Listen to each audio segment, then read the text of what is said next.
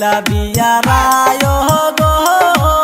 হলদি বাহাতি বা কখন হাইরে গুনুসি গুনুসি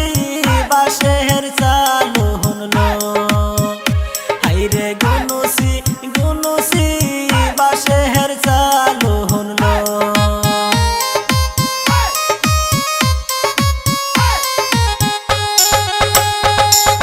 কোথায় রইলা